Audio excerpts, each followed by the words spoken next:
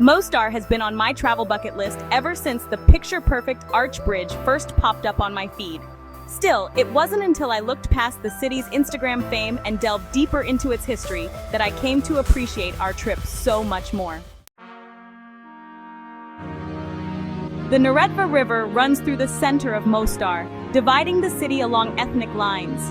The landmark bridge that connected both sides became one of the Balkan War casualties and wasn't rebuilt until a decade later. It has since become a symbol of post-war reconciliation and peaceful coexistence of diverse cultural and ethnic groups. But if you look closely, you'll notice that Mostar's status as Bosnia's most divided city remains very fitting. By treating Mostar merely as a pit stop between Sarajevo and the Croatian coastline, you'd be doing the city a great disservice.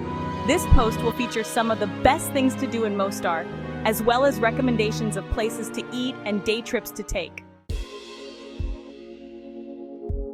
How to get to Mostar from Sarajevo.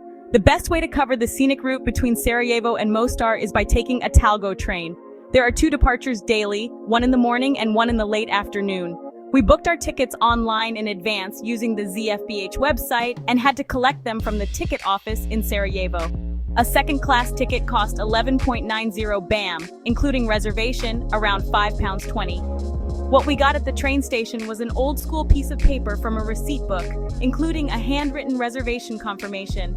They don't do it like this anymore, so I kept it as a souvenir. Don't let the ticket fool you, though. The train itself was really modern and air-conditioned. It was a real pleasure to travel in. The journey takes around 2 hours. A small tip from me that will make it even more pleasant: make sure to sit on the left-hand side of the train going to Mostar. This will allow you to take in the best scenery as the train runs along mountainsides, viaducts, and the turquoise waters of the Neretva River. Where to stay in Mostar? Dream Apartments. As our Sarajevo flat was one of my favorites to date, I was initially a little upset about leaving it behind, but that sadness made room for excitement the moment we looked around our new place in Mostar. I genuinely couldn't recommend Dream Apartments enough, as the value for our money was unreal. We paid €88 for 3 nights, which was absolutely amazing considering we had the whole flat to ourselves, including a very spacious terrace. The owner was also the nicest lady who gave us some city recommendations upon arrival. And I didn't even get to the best part yet. The street our flat was located on was rather unassuming and quiet, once you got used to the regular calls for prayer from a nearby mosque. But the second you turned a corner, you were right in the heart of the action. The main commercial street, lined with shops, bars, and restaurants that also connected us to the Old Bridge area, was practically on our doorstep. Overall, I believe it doesn't get better than this for the price.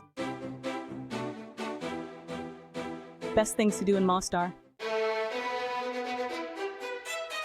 Stari Most, Old Bridge.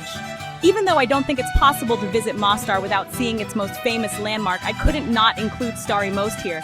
I won't go on too much about it, but I need to mention something I was definitely not expecting. While Mostar's Old Bridge is certainly easy on the eyes, it was far from it for my feet. The surface of the stones is uneven and extremely slippery, even on dry days. I had to hold on to the rails to avoid slipping, but I put on a brave face for thee, Graham. So, you're definitely better off ditching high heels if you want to make it home in one piece. Mostar Bridge Jump. Another thing that's interesting about Stari Most are the famous bridge jumps that are making the rounds on the internet.